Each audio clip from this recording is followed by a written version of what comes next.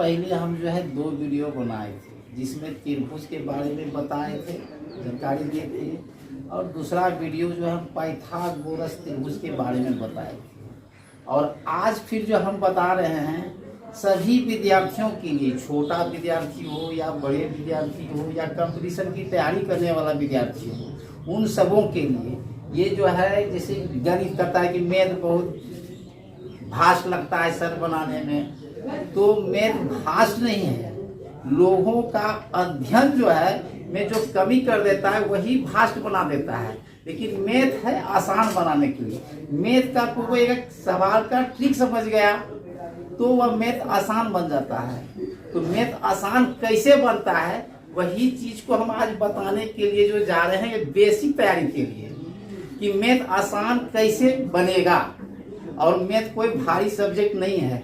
जो अध्ययन नहीं कर पाता है, जो उस चीज के बारे में नहीं समझ रहा है, उसके लिए मैथ कठिन सब है। उसी कठिन को हम आसान करने जा रहे हैं। तो कठिन को आसान कैसे करेंगे यही चीज के बारे में आज हम दे रहे हैं। तो जैसे कि है एक था, ये 0 से लेकर के ये जैसे है कि ये 0 1 2 3 4 5 6 7 8 9, ये 0 से जो 9 तक का जो अंक आया हुआ है, इसी अंक से सारा सवाल बनाया जाता है। तो अब कैसे इस अंक से बनाया जाता है यही चीज को जानना है। ये 0 से जो 9 तक का जो अंक आया हुआ है, तो इसका खोज किसने किया था, पहले इसको जानना है। आखिर ये 0 से 9 तक जो अंक है, इसका आविष्कार किसने किया, खोज किसने किया। तो इसका खोज जो किसने किया था इस चीज को हम बता रहे हैं। तो भारतीय गणितज्ञ कौन था, आर्यभट्ट था। तो भारतीय गणितज्ञ आर्यभट्ट ने 0 से लेकर के 9 अंक तक का एक खोज किया था। इसी खोज करने के बाद ये सारा सवाल मैथ में आने लगा कि कौन सवाल कैसे बनेगा, क्या करेगा। तो इसी में अब इस चीज के बारे में हम जान रहे हैं। तो जैसे है कि किसी भी सवाल में एक आता है कि बच्चे सब समझ, अरे कौन संख्या किस अंक से कटेगा, ये चीज पकड़ने में उसको कठिन लगता है। उसी कठिन को भी हम आसान कर देते हैं कि कैसे आसान हो रहा है। तो देखिए इसमें, तो सबसे पहले हमको क्या करना है, विभाज्यता के नियम को देखना होगा कि आखिर विभाज्यता का नियम क्या है, कि कौन सा संख्या किस अंक से पूरा भाग लग जाएगा। तो वह चीज को जानने के लिए जैसे किसी भी क्लास में, किसी भी कंपटीशन में कर देता है कि इस संख्या दे देता है कि इसको जो है गुणनखंडों के रूपों में लिखिए, तब कहता है गुणनखंडों के रूपों में लिखिए। तो गुणनखंड का रूप आखिर कैसा बनेगा, तो उस चीज को देखिए। तो सबसे पहले हमको जानना है क्या, ये तो 0 से 9 तक के बारे में समझ गया। तो इसका खोज का है भारतीय गणितज्ञ आर्यभट्ट ने किया था, ठीक है। तो अब देखना है कि 0 से 9 तक का जो अंक आया है, कौन सी संख्या इसी में से कटेगा। अब 0 से 9 तक का जो अंक आया, तो इसमें क्या है, ये इसमें जो है विषम संख्या भी है, सम संख्या भी है, पूर्ण संख्या भी है। तो इसमें तीनों चीज आ गया है। तो अभी जो हम बताएंगे, इसमें जो बताएंगे प्राकृतिक संख्या, तो प्राकृतिक संख्या से ही संबंधित सवाल सब आएगा। तो प्राकृतिक संख्या हम किसको कहेंगे, तो प्राकृतिक संख्या किसको, जो गिनती की संख्या, जिसको हम गिन सकते हैं, जहां तक गिन सकते हैं, वो सब प्राकृतिक संख्या है। तो इस प्राकृतिक संख्या में क्या होता है कि सम संख्या भी आ गया, विषम संख्या भी हो गया, और पूर्ण संख्या भी आ जाता है, क्योंकि वह 0 से स्टार्ट कर देता है। लेकिन प्राकृतिक संख्या 1 से स्टार्ट होता है। हम लोग अगर गिनती कोई चीज का भी करते हैं, कहाँ से करते हैं, 0 से नहीं करते हैं। हम लोग गिनती जब लेते हैं 1 2 3 4 5 इस तरह से गिनते हैं। या हिंदी में हम लोग गिनते हैं क्या, कि 1 2 3 4 इस तरह चलते हैं। तो उसी चीज के बारे में अब हम जानना है कि इसी अंक को दिखाना है कि कौन सी संख्या किस अंक से भाग लग रहा है या कट रहा है। तो विभाज्यता का नियम देखो, ये क्या देखना है, पहले देखना ये कि प्राकृतिक संख्या के बारे में। आखिर प्राकृतिक संख्या हम किसको कहेंगे, प्राकृतिक संख्या की परिभाषा के पहले जानो कि प्राकृतिक संख्या है क्या। तो हम ये देखना है, ये है मेरा प्राकृतिक संख्या, इसको अंग्रेजी में हम कहते हैं नेचुरल नंबर। तो प्राकृत संख्या किसे कहते हैं? गिनती की संख्या को प्राकृत संख्या कहते हैं। क्या कहते हैं? ये गिनती की संख्या को प्राकृत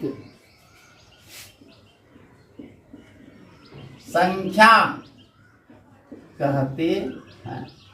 क्या आ गया? कि गिनती की संख्या को प्राकृत संख्या कहते हैं। तो गिनती की संख्या क्या है? अब एग्जाम्पल में दिखाते हैं। एग्जाम्पल में जैसे है 1 2 3 4 5 6 7 8 9 और डैश डैश डैश। इसका मतलब क्या? इसके आगे और चलेगा, अब जितना जा सकता है। ये सब मेरा क्या है? प्राकृत संख्या है। तो प्राकृत संख्या को क्या एन से भी सूचित किया जाता है। एन क्यों लिया जाता है? क्योंकि इसका अंग्रेजी नाम होता है नेचुरल नंबर। तो नेचुरल जो है एन से स्टार्ट होता है, इसलिए उसको एन से सूचित किया जाता है। तो अब ये देखना है कि इसी अंक से देखना है कि कौन सी संख्या किस अंक से भाग लगेगा, पूरा पूरा कट जाएगा। इसी चीज में अब हम विभाज्यता के नियम पर चलते हैं। देखो ये विभाज्यता के नियम, ये विभाज्यता के नियम। तो विभाज्यता के नियम में जैसे क्या है, हम अंक देखते हैं क्या 1 2 3 4 5 6 7 8 9 10। इसके आगे और भी हो सकता है। तो पहले हम पहला नंबर पर जा रहे हैं। पहला नियम दे रहे हैं कि 2 से विभाज्य, ये 2 से विभाज्य। अब ये देखना है कि ये 2 से जो विभाज्य है वह कौन कौन सी संख्या 2 से विभाज्य होता है। इसको तुरंत समझ जाएंगे, हाँ ये 2 से विभाज्य हो जाएगा। तो ये देखना है कि यदि मूल संख्या के इकाई अंक 0 2 4 6 8, क्या हुआ कि इकाई अंक 0 2 4 6 8 हो तो मूल संख्या नहीं, क्या जो दिया हुआ संख्या है, मूल संख्या 2 से विभाज्य होगी। ये 2 से विभाज्य होगी। अब जितना बड़ा से बड़ा संख्या आ जाए तो हम उसका इकाई अंक में अगर देख लिए कि ये 0 2 4 6 8 है तो वह संख्या 2 से विभाज्य है। अब पूछा जाता है, विद्यार्थी कहता है सर आप इकाई अंक, हम इकाई कैसे समझेंगे? इकाई है तो ये इकाई अंक क्या? तो इकाई में होता है क्या? एक। तो तुम अब जैसे आगे पीछे क्लास में छोटा छोटा बच्चा लोग पढ़ता है कि इकाई, दहाई, सैकड़ा, हजार। तो इकाई का मतलब होता है 1, दहाई का मतलब होता है 10 और सैकड़ा का मतलब होता है 100 और हजार का मतलब होता है 1000। तो इसी प्रकार ये आगे चलता है। तो इसलिए इकाई अंक में क्या, जो पहला अंक उधर से गिनती लेंगे, क्या लेना है कि गिनते में किधर से आना है? दाएं से हमको बाएं की ओर गिनती करना है कि इकाई, दहाई, सैकड़ा, हजार, इस तरह। तो इकाई अंक में पड़ जाएगा, जो फर्स्ट में होगा वो इकाई अंक हो जाएगा। तो वही चीज को देखना है। तो इसका एग्जाम्पल में जा रहे हैं हम। जैसे देखो अब एग्जाम्पल मिलेंगे कि 3 4 5 6।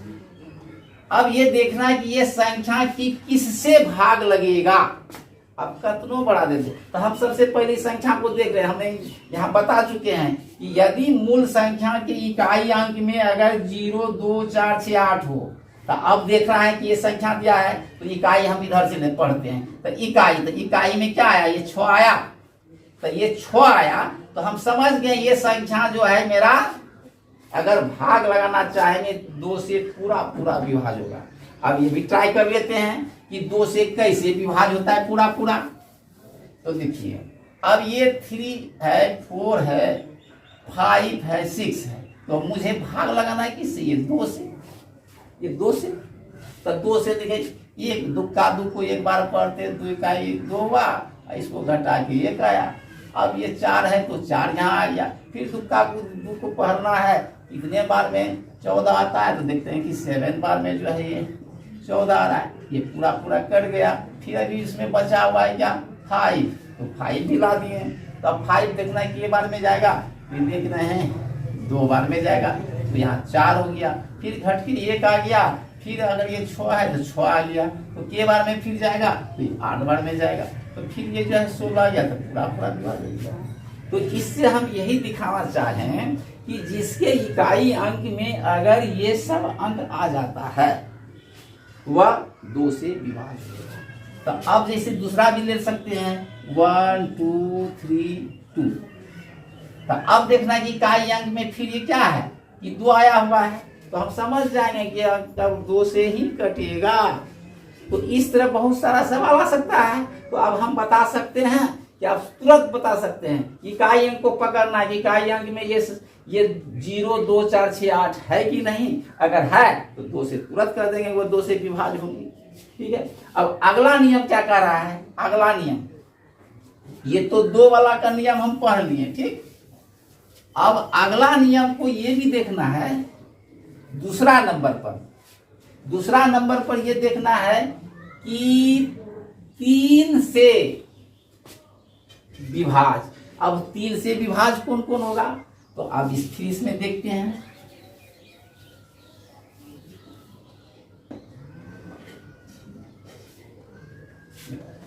कि यदि मूल संख्या के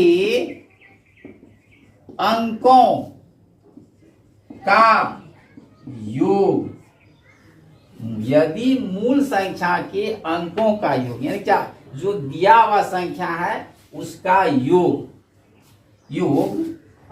3 से विभाज्य हो तो मूल संख्या भी 3 से विभाज्य होगी। देख लिए। तो इसमें क्या कहा, 2 के बारे में हम उधर समझिए। अब 3 के बारे में ये क्या कह रहा है कि 3 से आखिर कौन कौन सी संख्या 3 से विभाज्य होगी। तो इसमें कहा कि यदि मूल संख्या के अंकों का योग माने होता है जोड़, 3 से विभाज्य हो तो मूल संख्या में दिया हुआ संख्या भी 3 से विभाज्य हो जाएगी। तो अब इसका एग्जाम्पल दिखाते हैं, कैसे देखो एग्जाम्पल में, जैसे 2 3 4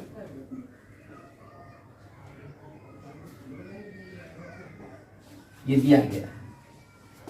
अब 4 के बाद अगर हम जो है 4 के बाद जो है 3 भी ले लेते हैं, तो 2 3 5 5 4 9 9 और 3 12। तो अब यही चीज को मुझे देखना है कि ये अंक, ये जो संख्या दिया गया है ये कौन सी संख्या से विभाज्य होगी। हमको तुरंत देखना है कि आखिर भाग लगाना है तो किससे संख्या। अब ये नहीं देखना है कि पहले 2 से 2, 2 से नहीं लगा तो 3 से 2, 3 से नहीं लगा तो 4 से 2। ये सब मुझे अब देखना नहीं पड़ेगा।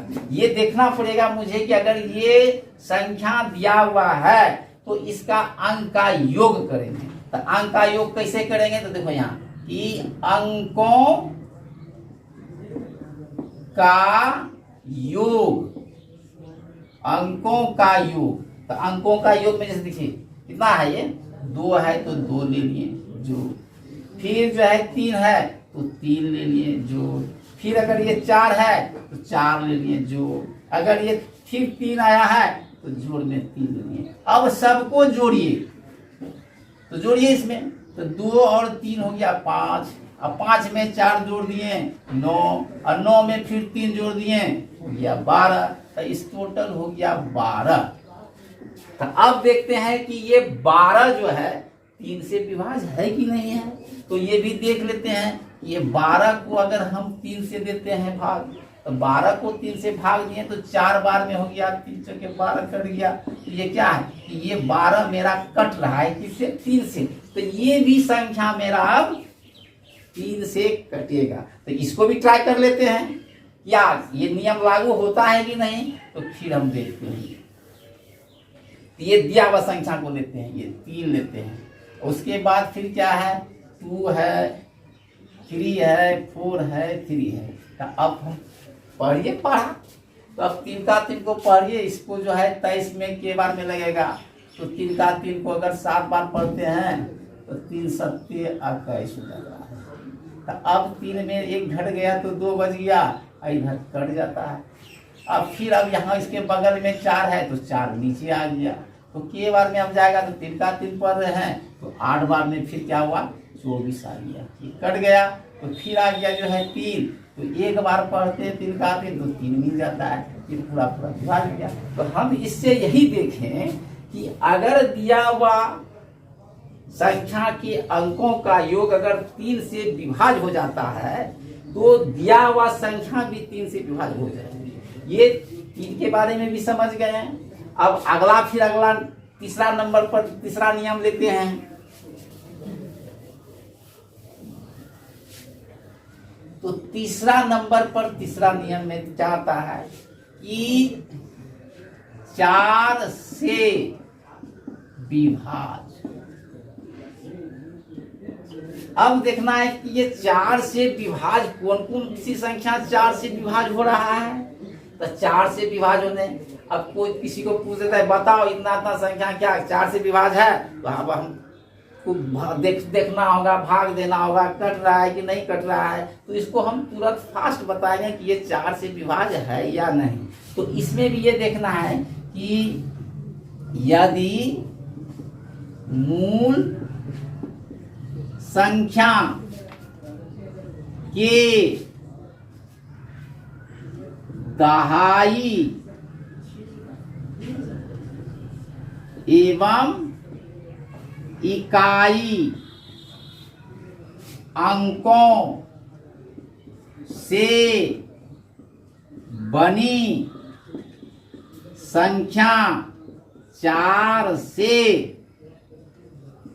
विभाज हो तो मूल तो दिया हुआ मूल संख्या भी 4 से विभाज्य होगी। तो इसमें क्या कह रहे हैं कि 4 के बारे में, यदि मूल संख्या के दहाई एवं इकाई अंकों से बनी संख्या 4 से विभाज हो तो दिया हुआ मूल संख्या भी 4 से विभाज हो जाएगी। तो अब सवाल उठता है कि विद्यार्थी कह देता है कि सर दहाई पहले ले लिए तब बाद में इकाई लेते हैं।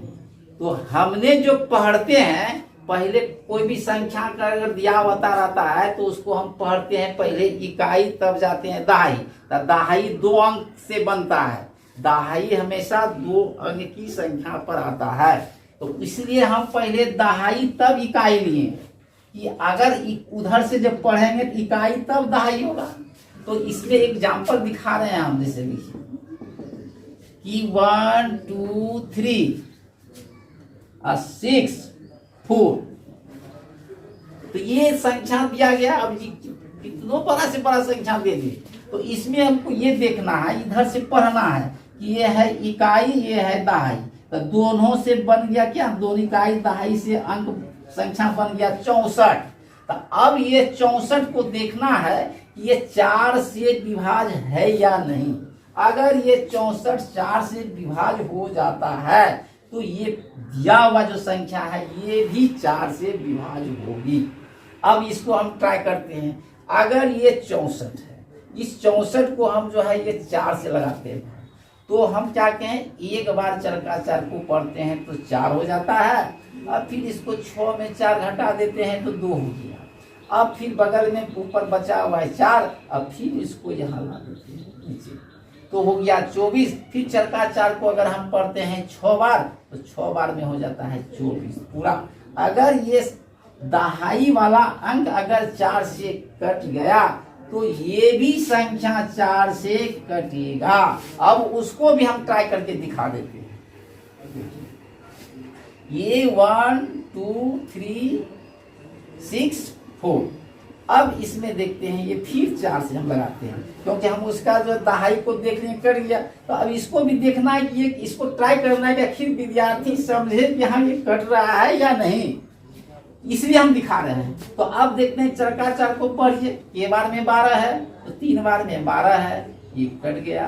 तब हो गया क्या 3।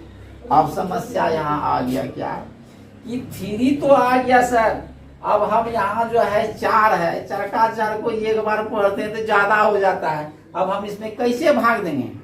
अब कैसे भाग देंगे इस चीज को थोड़ा जानो, कैसे भाग देना है। तो ये भाग के नियम में क्या होता है, अगर एक संख्या यहाँ नीचे आ जाने से, और ये जो है क्या है, ये मेरा क्या है, ये भाज है, ये भाजक है, इधर भागफल बनता है। तो ये अगर भाज से ये अगर यहाँ कम है शेष फल में, तो हम क्या करते हैं, एक अंक 0 है, जिसमें हम बताए थे जो भारतीय गणितज्ञ आर्यभट्ट ने 0 से लेके 9 अंक तक का जो आविष्कार किया था, वो पहले हम चर्चा कर चुके हैं। तो उसी में देखना एक अंक 0 भी है ये, क्योंकि चरका 4 को एक बार पढ़ते हैं तो हो जाता है ज्यादा। तो हम 0 से लेंगे, तो 0 से लेंगे तो 0 अगर यहाँ 0 पड़ गए, 4 गुना 0 तो 0 होगा। तो ये हो गया फिर घट के 3। अगर ये चीज को अगर नहीं अपनाते हैं तो सीधा तौर में यही जानना है कि अगर ये भाज वाली संख्या जो दिया हुआ है, अगर उसको एक साथ 2 अंक अगर शेषफल पर आ जाए तो 1 0 हम जो है भागफल पर दे देते हैं। ये सीधा है, लेकिन नियम के आधार पर जाएगा तो इस तरह आएगा। तो इस तरह जब आएगा 3 आ गया, तो अब यहाँ बचा हुआ है कितना 6। अब 6 यहाँ ला दो। तब के बार में गया तो चरका 4 पढ़िए दीजिए कि 36 है या नहीं है।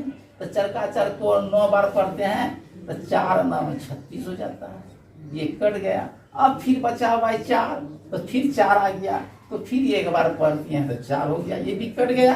तो ये देख लिए कि ये संख्या भी 4 से कट गई, इसलिए हम ये समझ गए कि ये 4 से ये संख्या विभाज्य होगा, ये नियम लागू है। ठीक है, तो इसके बारे में भी समझ गए हम, जो है 2 के बारे में समझा दिए हैं, 3 वाले की भी समझा दिए, अब 4 के बारे में समझा दिए। एक और बता देते हैं, फिर अगला क्लास में देखेंगे। फिर एक सवाल 4 नंबर पर लेते हैं। तो 4 नंबर में क्या ले रहे हैं, देखिए 4 नंबर में ये 5 से विभाज्य, 5 से विभाज्य। अब ये समस्या आ गया कि अब हम आखिर 5 से कौन सी अंक 5 से विभाज्य होगी, तो इसको भी तुरंत पकड़ लेंगे। हाँ, ये 5 से लग जाएगा, अभी जैसे वो सब कुछ बताएं। तो अब इसमें भी देखना है क्या कि यदि मूल संख्या के इकाई अंक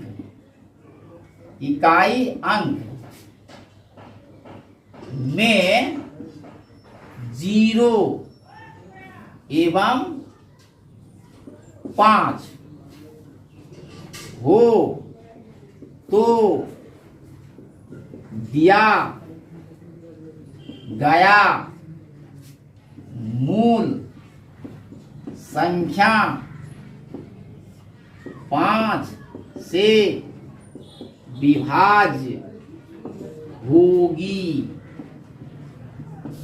अब देखिए इसमें 5 से विभाज्य, यदि मूल संख्या के इकाई अंक में 0 एवं 5 हो तो दिया गया मूल संख्या 5 से विभाज्य होगी। तो अब देखना है क्या, फिर इसका एग्जाम्पल लेते हैं। अब तो आप जितना से बड़ा संख्या ले सकते हैं, लेकिन यही देखना है कि इकाई अंक में ये 0 और 5 है कि नहीं। अगर है तो 5 से विभाज्य हो जाएगा। तब जैसे 2 3 4 5, ठीक है। तो हम देख लिए कि इकाई इधर से गिनते हैं, तो इकाई अंक में 5 मिला, तो हम समझ जाएंगे कि ये संख्या पूरा संख्या 5 से ही विभाज्य होगी। अब इसको भी हम ट्राई कर लेते हैं कि क्या ये नियम लागू है या नहीं। तो देखते हैं, ये 3 है, 2 3 4 5, ठीक है। अब इसमें हम 5 से देते हैं। अब पढ़िए 12, तो 4 बार में हो गया 20, 5 का 5 को 4 बार पढ़ने से 20 होता है। तो अब यहाँ 3 में 0 अगर घटता है तो 3 ही आएगा। अब फिर इसके बगल में जो है वो अंक आ जाता है नीचे। अब छक्का छक्को पढ़िए तो 6 बार में आ जाता है 20। अब फिर आ जाइए 4, ये तो कट गया। अब फिर आ गया यहाँ जो है 5, तो 5 का 5 को पढ़िए तो 9 बार में आ जाता है 45, पूरे कर गया। तो हम देख लिए कि ये नियम लागू है। तो ये समझ में आ गया कि कौन सी संख्या 2 से विभाज्य होगी, कौन सी संख्या 3 से विभाज्य होगी, कौन सी संख्या जो है 4 से विभाज्य होगी, कौन सी संख्या 5 से विभाज्य होगी। ये जो अभी इतना अंक जो बताएं, ये चीज अगर जान गया तो हिसाब मेरा बनाने में आसान हो जाता है। और यही चीज को विद्यार्थी नहीं जानता है तो उसके लिए भारी हो जाता है, कठिन हो जाता है, समझ में नहीं आता है। तो ऐसा हमने बहुत सारा बेसिक जानकारी देंगे जिसमें मैथ आसान बन जाएगा।